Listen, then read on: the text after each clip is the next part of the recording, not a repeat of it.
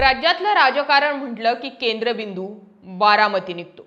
पण याच बारामतीतल्या राष्ट्रवादी अजित पवार गटात सध्या एक वेगळाच लव अँगल समोर आलाय.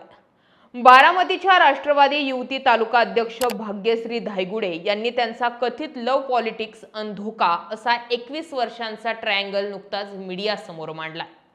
2 दिवसांपूर्वी पुणे जिल्हा परिषदेच्या सर्वसाधारण सभेत जे घडलं त्यानं सर्वच अवाक झाले. राष्ट्रवादी युवती आघाडीच्या अध्यक्षा भाग्यश्री धायगुडे यांनी सभागृहातच स्वतःच्या अंगावर पेट्रोल ओतून आत्मदहनाचा प्रयत्न केल्यानं मोठी खळबळ उडाली आहे. त्यांनी थेट पक्षाचेच बारामतीचे जिल्हा परिषद सदस्य मंगेश जगताप यांच्यावर लग्नाचा आमिष दाखवून फसवणूक केल्याचा आरोप केला.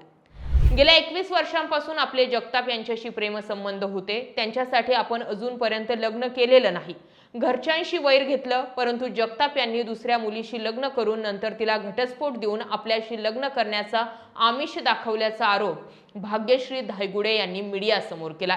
जगताप यांनी गेल्या 21 वर्षांपासून आपली फसवणूक केल्याचा दावाही त्यांनी केला. या सर्व प्रकरणावरून राज्यभरात खळबळ उडाली आहे. विशेष म्हणजे पक्षाच्या नेत्या ॲडव्होकेट रुपाली पाटील ठोंबरे यांनी देखील या वादात उडी घेतली आहे. राष्ट्रवादीतल्या या प्रेम प्रकरणामुळे राज्यभरात चर्चा सुरू झाली आहे. हा दोघांचा वैयक्तिक वाद जरी असला तरी यातून पक्षाची बदनामी झाल्याचं बोललं जातं.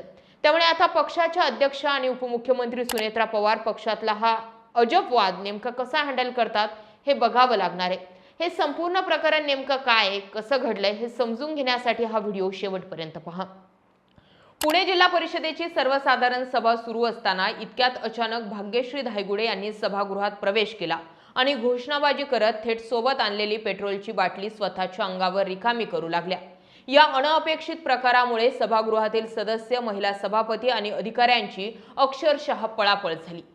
तिथे तैनात असलेल्या सुरक्षा रक्षकांनी आणि बंड गार्डन पोलिसांच्या कर्मचाऱ्यांनी सेकंदाचाही विलंब न लावता भाग्यश्री यांच्या हातातील पेट्रोलची बाटली हिसकावून घेतली. प्रसार माध्यमांशी बोलताना भाग्यश्री धायगुडे यांनी मंगेश जगताप यांच्यावर गंभीर आरोपांची सरबत्तीस केली आहे. भाग्यश्री यांच्या दाव्यानुसार त्यांचे आणि मंगेश जगताप यांचे कॉलेज जीवनापासून म्हणजे साधारणतः 2007 पासून प्रेमसंबंध होते. जगताप यांनी त्यांना लग्नाचा शब्द दिला, मात्र नंतर त्यांनी गुपचूप दुसरं लग्न केलं. जेव्हा भाग्यश्री यांनी या लग्नाचा जाब विचारला तेव्हा जगताप यांनी आपण पहिल्या पत्नीला घटस्फोट देणार असल्याचं सांगत काही कागदपत्रे दाखवली, परंतु ती कागदपत्रे पूर्णपणे बनावट आणि खोटी असल्याचा भाग्यश्री यांचा आरोप आहे. दोघांचं लग्न ठरलं होतं आणि त्यासाठी 29 आणि 30 तारखेला महाबळेश्वर येथे एक रिसॉर्ट देखील बुक करण्यात आलं होतं. याचे सर्व पुरावे आपल्याकडे असल्याचा दावा भाग्यश्री यांनी केला. गेल्या 3 महिन्यांपासून मंगेश जगताप यांनी अचानक संपर्क तोडला. त्या जेव्हा समोर जातात तेव्हा मंगेश जगताप पळ काढत असल्याचा दावा त्यांनी केला. मंगेश जगताप हे बारामती तालुक्यातील राष्ट्रवादी काँग्रेसचे एक वजनदार नेते म्हणून ओळखले जातात. पक्षाच्या तिकिटावर ते पुणे जिल्हा परिषदेवर सदस्य म्हणून निवडून आलेत.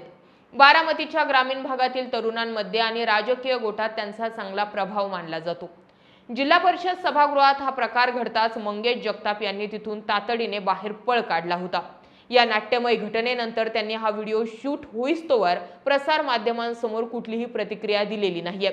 त्यामुळे या एकतर्फी आरोपांमध्ये काय कायदेशीर तथ्य आहे हे पोलीस तपासातच स्पष्ट होईल. या सर्व हाय व्होल्टेज ड्राम्यानंतर राष्ट्रवादी काँग्रेसच्या नेत्या रुपाली पाटील यांनी तातडीने घटनास्थळी धाव घेतली. त्यांनी भाग्यश्री धायगुडे यांना शांत करत रुग्णवाहिकेच्या माध्यमातून पुढील उपचारासाठी रुग्णालयात दाखल केले. कोणत्याही महिलेवर अशी टोकाची वेळ येणं अत्यंत दुर्दैवी आहे. आधी तिच्या आरोग्याला प्राधान्य देणं आमचं कर्तव्य होतं. या प्रकरणाची सखोल आणि निष्पक्ष चौकशी झाली पाहिजे अशी भूमिका रुपाली पाटील यांनी मांडली आहे. दरम्यान हा केवळ वैयक्तिक वाद राहिलेला नाही, कारण यामध्ये थेट बारामती आणि राष्ट्रवादी काँग्रेस ही मोठी नावं जोडली गेली आहेत. आरोप करणाऱ्या भाग्यश्री या पक्षाच्या युवती अध्यक्ष आहेत आणि आरोपीच्या पिंजऱ्यात उभे असलेले जगताप हे पक्षाचेच विद्यमान जिल्हा परिषद सदस्य.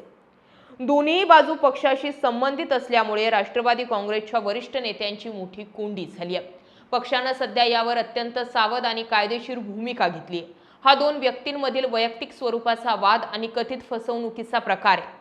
कायदा आपलं काम करेल. पोलीस तपासात जे तथ्य समोर येईल त्यानुसार पक्ष योग्य ती संघटनात्मक कारवाई करेल असे संकेत पक्षाच्या अंतर्गत गोटातून मिळतात.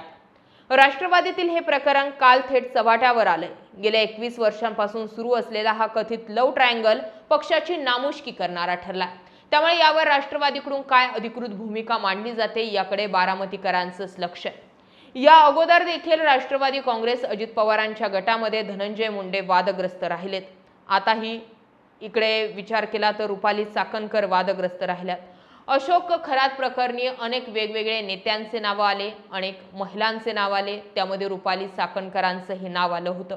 म्हणजे पक्षांतर्गत लव अँगल ट्रायंगल सोडण्यामध्ये आणि एकमेकांच्या आरोपांना छेद देण्यामध्येच सुनेत्रा पवार यांना कमालीची कसरत करावी लागते। पक्षावर वारंवार आरोप होत आहेत, अब्रू नुकसान होईल अशा पद्धतीचे पक्षावरती आरोप होत आहेत। मग या सगळ्या गोष्टींमध्ये आता सुनेत्रा पवार एक महिला म्हणून नेमकं काय भूमिका घेतात याकडेही पाहणं गरजेचं आहे। तुम्ही या सगळ्या घडामोडींकडे कसं पाहता? कमेंट सेक्शनमध्ये जरूर व्यक्त व्हा। जय महाराष्ट्र।